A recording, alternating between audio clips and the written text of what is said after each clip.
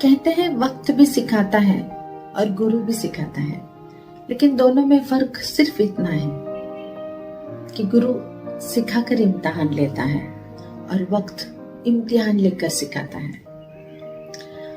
This is Varsha Kashid and welcome to my YouTube channel Through My Eyes. First of all, I want to wish Happy Guru Purnima to all of you. जैसे ही हम गुरु और शिष्य के बारे में कहने लगते हैं, मेरे दिमाग में बस दो ही नाम आते हैं, वो है गुरु द्रोणाचार्य और शिष्य एकलव्य। शायद आपने ये कहानी बहुत बार सुनी होगी, लेकिन फिर भी मैं ये कहानी आज फिर से दोहराऊंगी। एक दिन एकलव्य गुरु द्रोणाचार्य के पास जाते हैं और कहते हैं कि मुझे आपसे धनुर्विद्या सीखनी है, लेकिन द्रोणाचार्य मना कर देते हैं क्योंकि उन्होंने संकल्प लिया था कि दुनिया का सबसे बड़ा धनुर्धर हस्तिनापुर से ही बनेगा। तो वो मना कर देते हैं, लेकिन एकलव्य निराश तो हो जाता है, लेकिन हार नहीं मानता। वो जंगल में जाता है और द्रोणाचार्य जैसे ही एक मिट्टी का पुतला बनाता है और उसके सामने अभ्यास करता है। थोड़े ही दिनों में वो बहुत अच्छा निपुण धनुर्विद्याकार बन जाता है। एक दिन जब कौरव और पांडव गुरुजी के साथ शिकार करने के लिए जाते हैं, तब उनके साथ एक कुत्ता रहता है, शिकारी कुत्ता। तो वो घूमते घूमते अचानक गुम हो जाता है जंगल में और एकलव्य के पास आता है। जब एकलव्य अपनी धनुर्विद्या का अभ्यास करता है तो वो कुत्ता उसको देखकर जोर जोर से भौंकने लगता है, जिससे उसके अभ्यास में बाधा आती है। तो वो क्या करता है, एक ही साथ 7 बाण उसके मुंह में मारता है। तो वो उसका भौंकना बंद हो जाता है और वो कुत्ता भागते भागते पांडवों के पास चला जाता है। सब लोग जब उस कुत्ते को देखते हैं तो उन्हें बड़ा आश्चर्य लगता है, क्योंकि कुत्ते के मुंह में एक साथ इतने बाण और उस कुत्ते को इतनी से भी चोट नहीं आती। तो सब लोग आश्चर्यचकित हो जाते हैं और ढूंढते हैं कि ये किसने बाण मारा है। जब वो ढूंढते ढूंढते जंगल में जाते हैं तो एकलव्य उन्हें दिखाई देता है। जैसे ही एकलव्य गुरु द्रोणाचार्य को देखता है, उनके पैरों पर गिर जाता है और कहता है कि गुरुजी, मैंने आपसे ही धनुर्विद्या सीखी है। तब द्रोणाचार्य जी कहते कि मैंने तो तुम्हें कोई धनुर्विद्या नहीं सिखाई। तब वो कहता है कि कैसे मैंने आपका मिट्टी का पुतला बनाया और उसके सामने मैंने धनुर्विद्या का अभ्यास किया, तो आप ही मेरे गुरु हैं। तो द्रोणाचार्य जी गुरु दक्षिणा के रूप में एकलव्य से अपने दाहिने हाथ का अंगूठा मांग लेते हैं और एकलव्य हंसी हंसी अपने दाहिने हाथ का अंगूठा काटकर अपने गुरु दक्षिणा समर्पित करते हैं।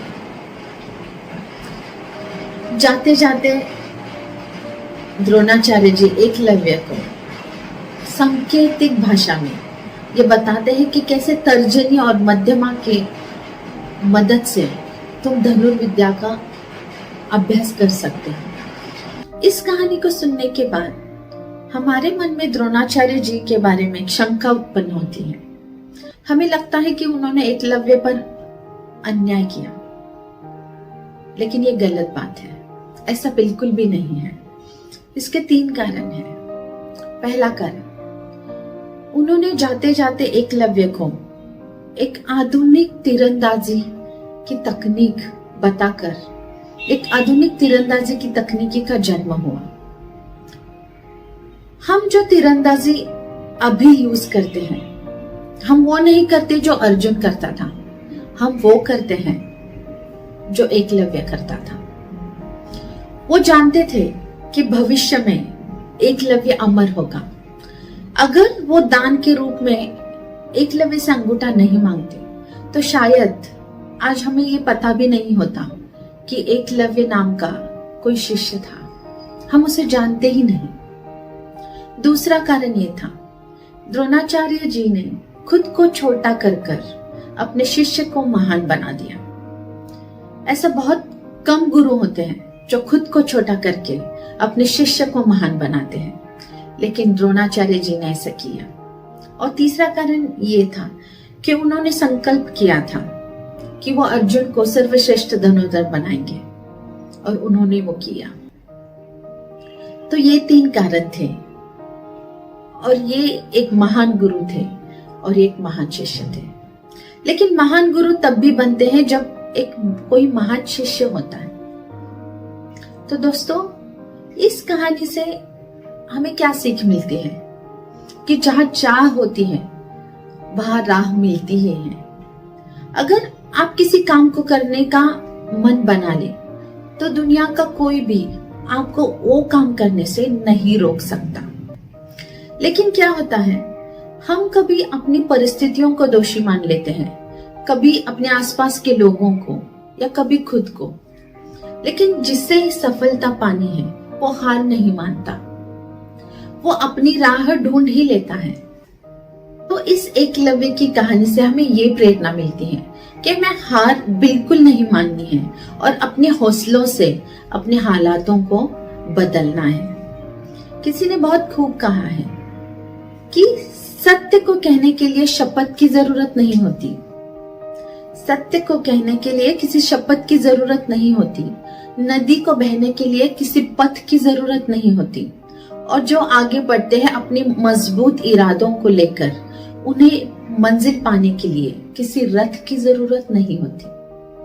तो हमेशा याद रखिए, अपने हौसलों से आप अपने हालात बदल सकते हैं। तो thank you so much for watching my video. और एक बार फिर से आप सभी को गुरु पूर्णिमा की हार्दिक शुभकामनाएं। Thank you so much.